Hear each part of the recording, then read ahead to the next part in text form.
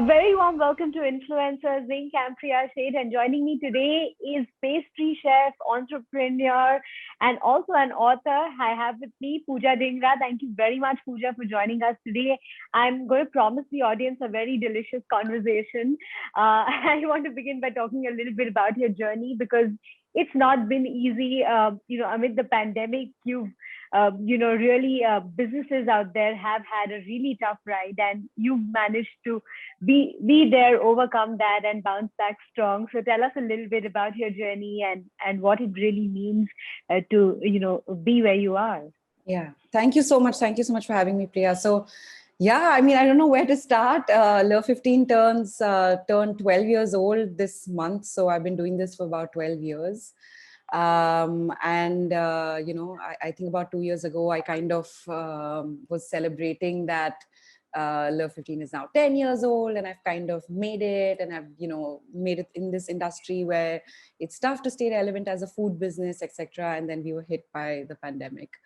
So it was quite challenging in the beginning, but I think these 2 years have taught me a lot. They've taught me how to have kind of reliance on yourself, how to use the power of community, and how to kind of pivot. So I think it's been quite interesting.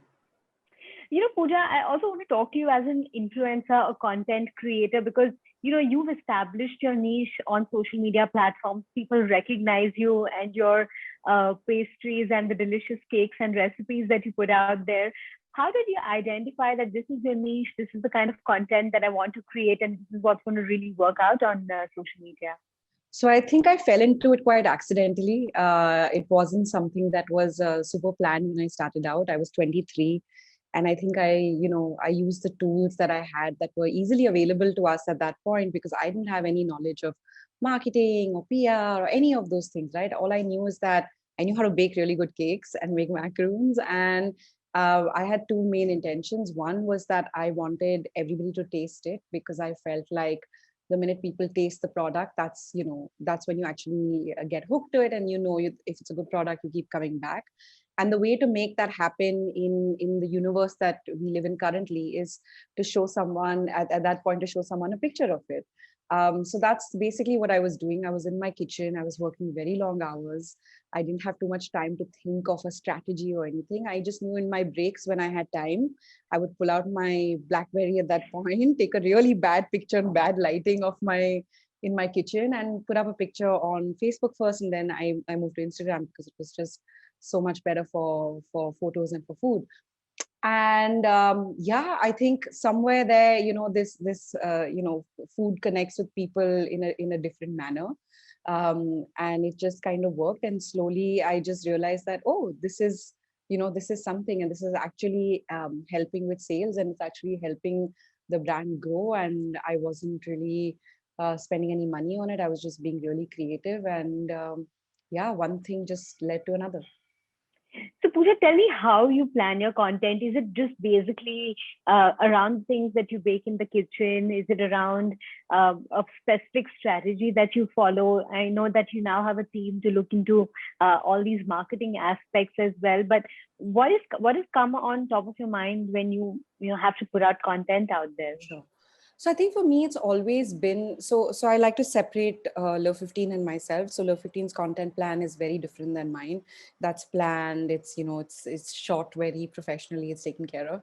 My own personal, I feel like I like to kind of be as real and authentic as possible. So if I'm feeling something that day, I would like to post about it. I don't really have, so I like to calendarize some of it. So if I do a certain series, I break my interest down in different buckets. So I know if I want to talk about the art of pastry making, I want to talk about entrepreneurship, I want to talk about women issues, I want to just talk about mental health, and then I just break that down. And some of it, whatever I'm feeling that day, then I just talk about that. But the other stuff, like especially the stuff that needs a little bit of a production, like the pastry stuff, right? I started a series called Talk Pastry to Me a while back, and where I get a different chef every week into the kitchen, and we bake something together. So that is fully planned. So I like to keep a lot of it still very natural, very organic and authentic, and then some of it just to be planned a bit better. I think one personal favorite of mine has been the Sunday Baking Club that you have. I think just some very delicious recipes and easy to make as well. I think, do you think constant engagement with the audiences has also led to this kind of, the more giving you are in terms of your recipes, the more appreciation you have from your audience? Do you believe in that? 100%. And I feel like, even like, say, for example, Sunday Baking Club, right? It was like, because as a chef and, in the food industry, it's not like you have your weekends off, right? So I was in the kitchen every Sunday and I was like, this is unfair that I'm working and everybody is not. So I was like, how do I make this fun? And just one random Sunday, I just put out a picture of brownies that I was making. I was like, hey guys, do you want do you want the recipe for it? And the response that got, and it was just insane how many people actually went out, bought the ingredients, hundreds of people, and they baked the thing with me. And then that just became a thing that every Sunday we would all bake together and they'd send me their questions and they'd send me pictures of what they baked. And it just formed like such a bond between people, right? Because then you actually see people for who they are and not just like nameless sort of faces. So I think it was a great accident that turned into something beautiful. Yeah, and it's interesting because a lot of chefs don't want to share their recipes out there. So when you're actually giving to the audience, I think there's just a better response out there. Pooja, I also want to talk a little bit about your entrepreneurial skills. You started the cafe. You also started, a home delivery kind of packaged products kind of business. Tell us how that's going. Is this perhaps the next step? Or the next big leap that you'd like to take in this whole world of baking?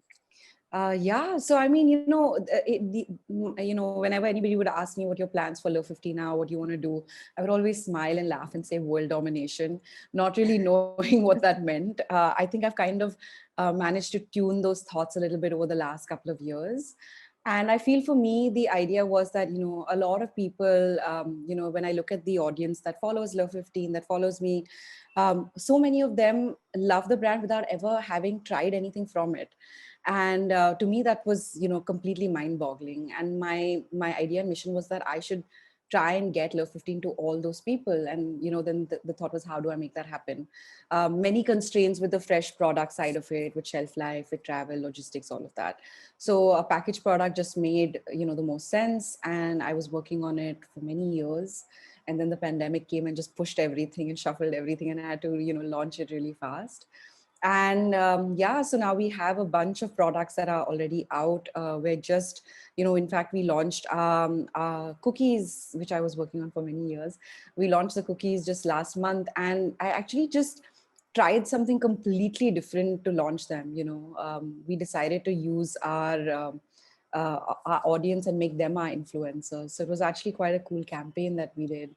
And we have a taste club, which is another thing that I run on Instagram, which has about more than 15,000 people.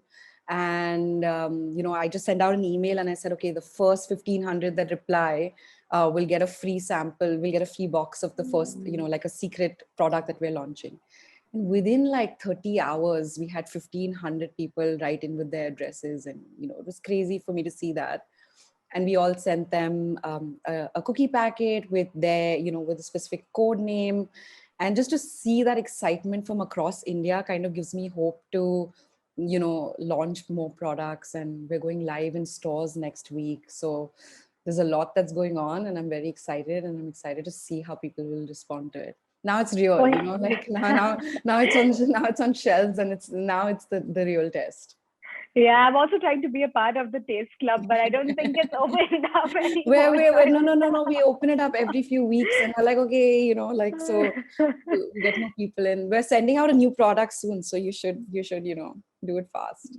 Definitely. But Pooja, are you looking at a pan-India expansion kind of plan? I know that your products will be hitting shelves, but is there a plan to go pan-India?